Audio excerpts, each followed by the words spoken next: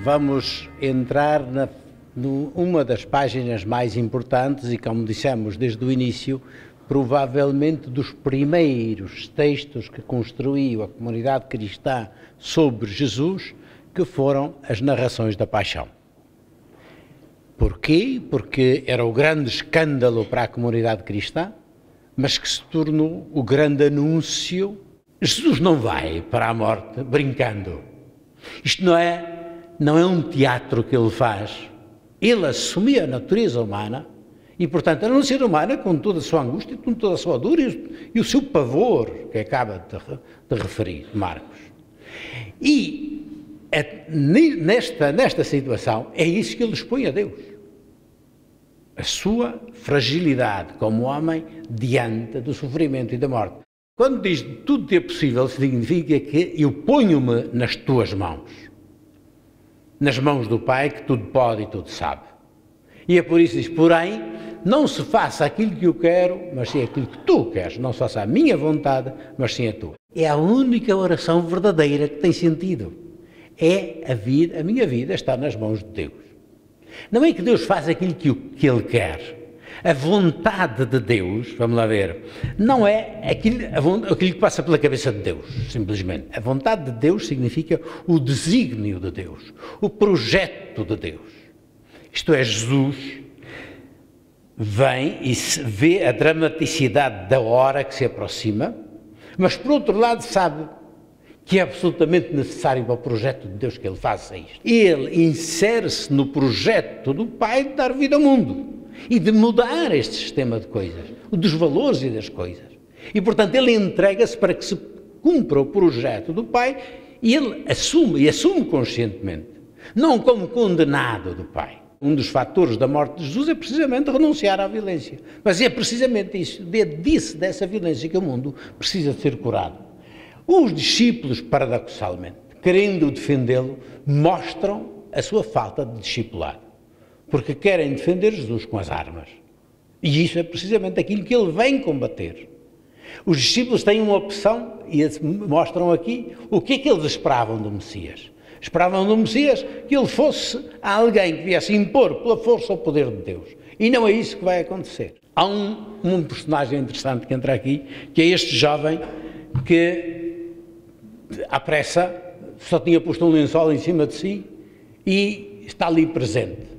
Quiseram prendê-lo, mas ele deixou o lençol e foi embora. É uma imagem dos discípulos.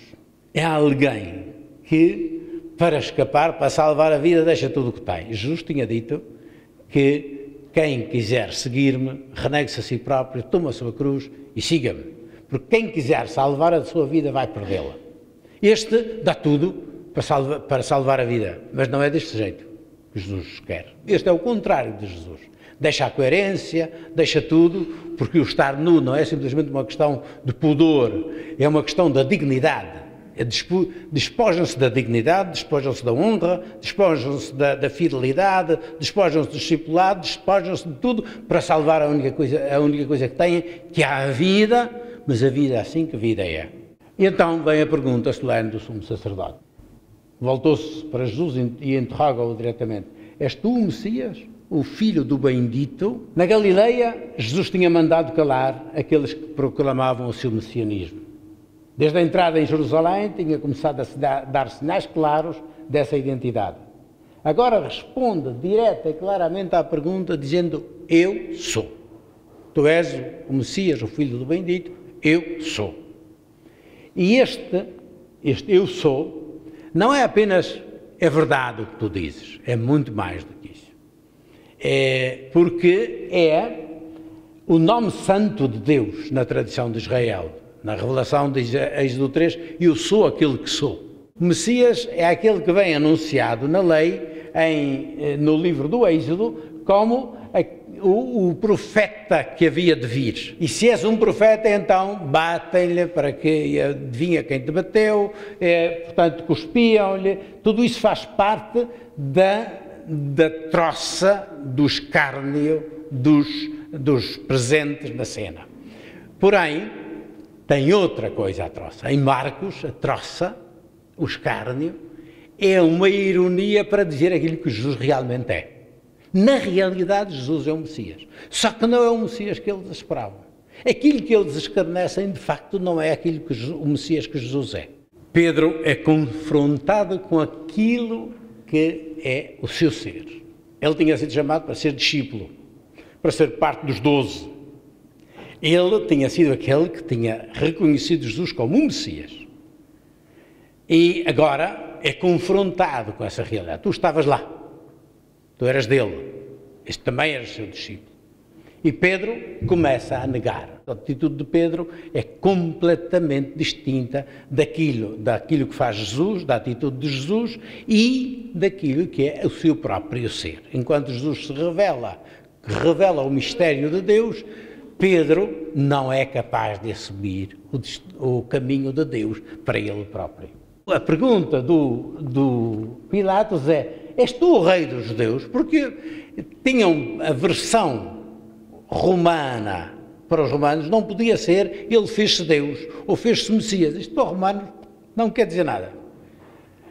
Para os romanos é importante, ele fez-se rei. Quando lhe pergunta, ele diz simplesmente: tu dizes, que é uma resposta em que Jesus, é de tua responsabilidade, tu é que dizes isso, ser rei. Mas também não diz que não, porque na realidade o título de Messias, filho de David, implica também essa realeza que é de outro tipo, evidentemente, que não é aquela que Pilatos está pensando. A questão de Barrabás que entra aqui.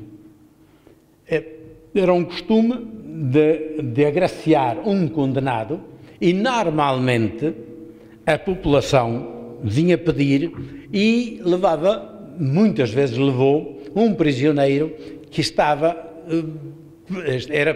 preso por sedição contra os romanos. Eram os heróis populares. A escolha de Barrabás, que é um verdadeiro rebelde, também faz parte da opção pela violência, como o puxar da espada para defender Jesus.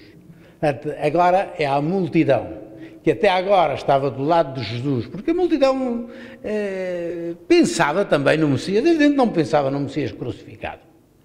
E agora, diante de Jesus e de Barrabás, Barrabás apresenta a hipótese do Messias que eles estimavam, que é o Messias que pega nas armas contra o romano. Simão de Cirene é realmente um dos discípulos da cruz, daqueles que não tinham feito todo o percurso, não tinham feito o curso, nem sequer os encontros com Marcos, e agora aparece, e é aquele que nem sequer se diz que ele se ofereceu, não, foi conscrito. É aquele que toma a sua cruz, como em 8:34, quem quer vir após mim, renegue-se a si próprio, toma a sua cruz e siga-me. Este foi à última hora que foi apanhado para levar a cruz de Jesus. Jesus mesmo tinha sido contado entre os pecadores, entre os fora de lei, que diz que não tinha vindo chamar os santos, os justos, mas sim os pecadores. Dentro da sua entourage mais próxima está Levi, que não devia ser um modelo de honestidade, estava um tal chamado Zaqueu, estavam prostitutas que tinham sido reabilitadas por ele. Portanto, o estar aqui é simplesmente na cruz, entre dois ladrões, é onde compete a este Messias. Não porque ele seja ladrão, mas porque ele veio exatamente para esses. Às 15h, Jesus exclamou com voz forte: Eloi, Eloi, lama sabachthani, que é o início do Salmo 22, aquele que já foi citado aqui mais de uma vez: meu Deus, por que me abandonaste? E que termina com a oração da tarde. É o Salmo da oração da tarde. É a hora em que no templo se está rezando a oração da tarde. Jesus reza com o seu povo, com o povo de Israel, a oração dos aflitos, a oração daqueles que se confiam nas mãos de Deus. Alguns sinais começam a ver-se. diz: o véu do templo rasgou-se em dois de alto a baixo. Era um véu que tinha mais de 10 metros de altura, diz que tinha mais de 10 centímetros de espessura. O véu era aquilo que separava o santo, o recinto onde se faziam os sacrifícios, e o santo dos santos, onde estava antigamente a Arca da Aliança, que agora que era a habitação de Deus, onde o sumo sacerdote só entrava uma vez por ano, no dia do Quipur. Portanto, esse véu rasgou-se.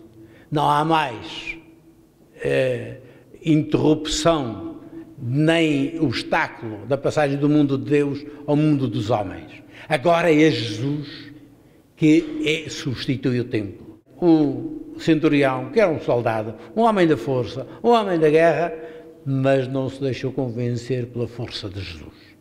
Mas ao ver como ele tinha expirado, como ele tinha morrido, diz: na verdade, este era o Filho de Deus.